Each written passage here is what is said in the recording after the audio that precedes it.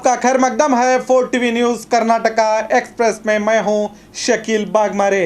CAA का विरोध करने वाले दलित विरोधी हैं अमित शाह।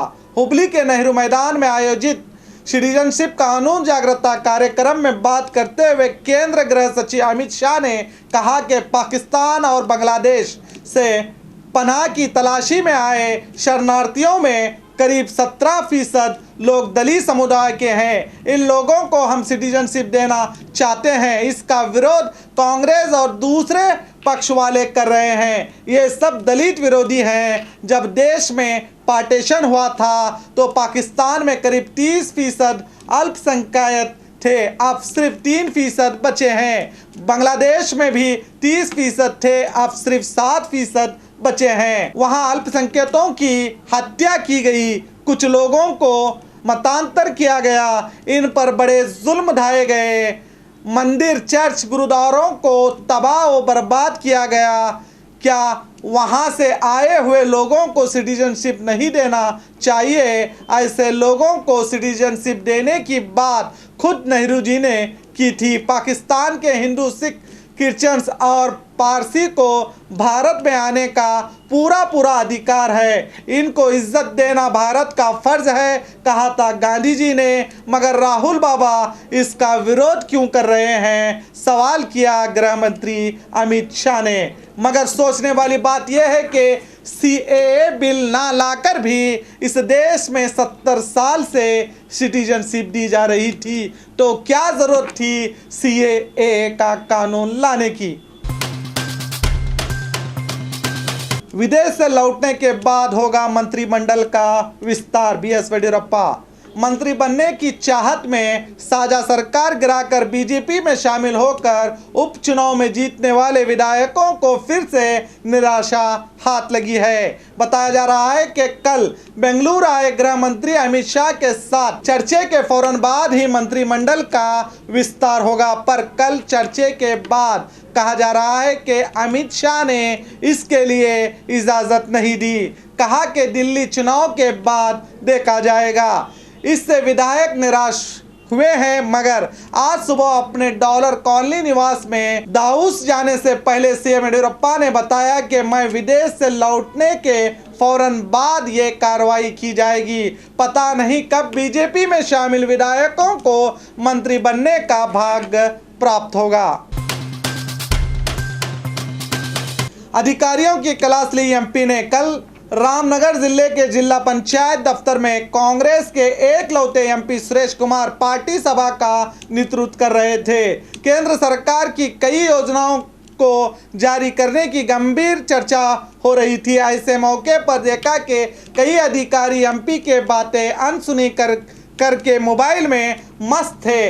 इसको देखकर भड़के एमपी ने अधिकारियों की क्लास ली और कहा कि आप सब लोग पढ़े लिखे लोग हैं, अगर सिर्फ मोबाइल में ही डूबे रहेंगे तो इस सभा का उद्देश्य ही चला जाएगा। जिलाधिकारी को निर्देश दिया कि आने वाले सभा में अधिकारियों को मोबाइल लाने पर मना करें, अगर लाए भी तो एक तरफ रखने का आदेश दिया एमपी सुरेश कुमार ने। बीदर औराद नेशनल हाईवे के लिए 336 करोड़ का अनुदान।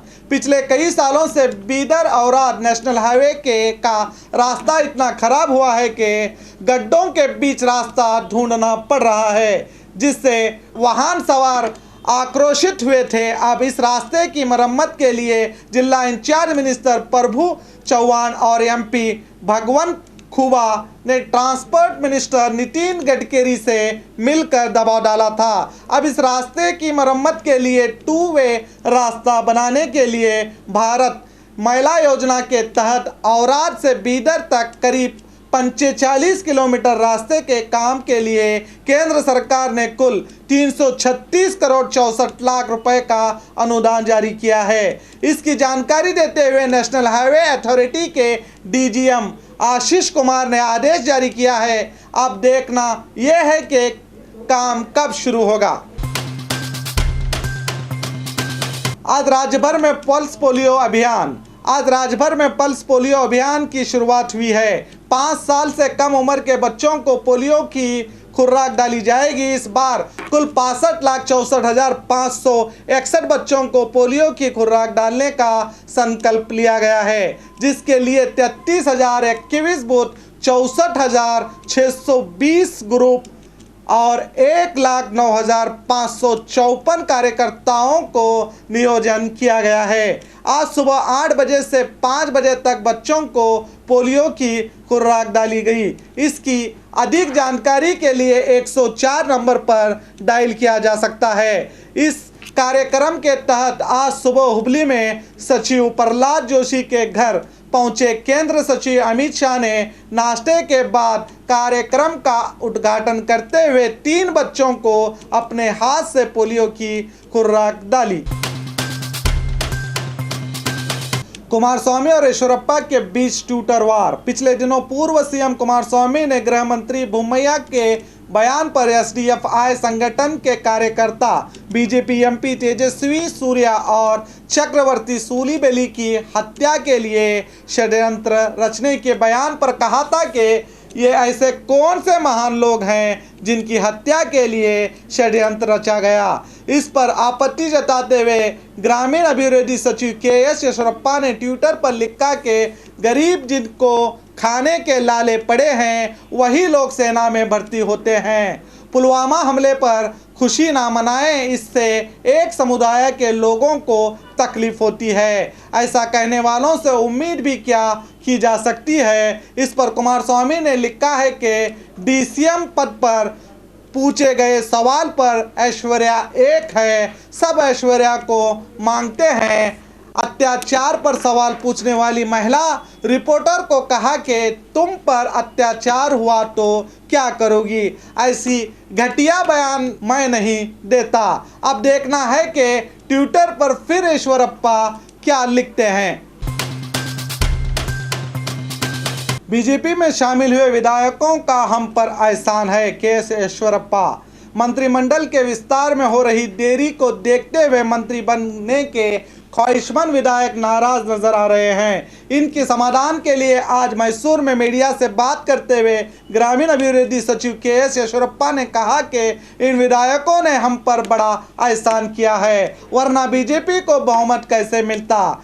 इनको खुश करना हमारा पहला फर्ज है। आने वाले दिनों में ये काम बहुत जल्द होगा, कहा येदियुरप्पा ने।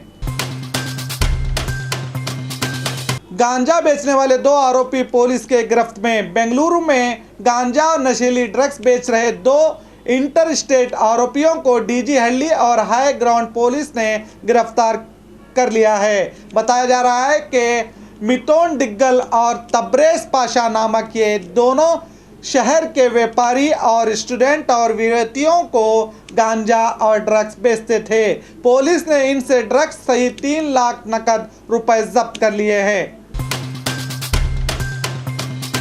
जिला पंचायत सदस्य पर अत्याचार का आरोप। चित्रदुर्ग में कल रात घटी घटना में बताया जा रहा है कि श्रीगिरी कांग्रेस जिला पंचायत सदस्य बी तिप्पेस्वामी ने एक महिला टीचर से 8 लाख रुपए उधार लिए थे। 4 लाख वापस किया था। बाकी 4 लाख देने के लिए घर बुलाकर महिला टीचर पर अत्याचार किया।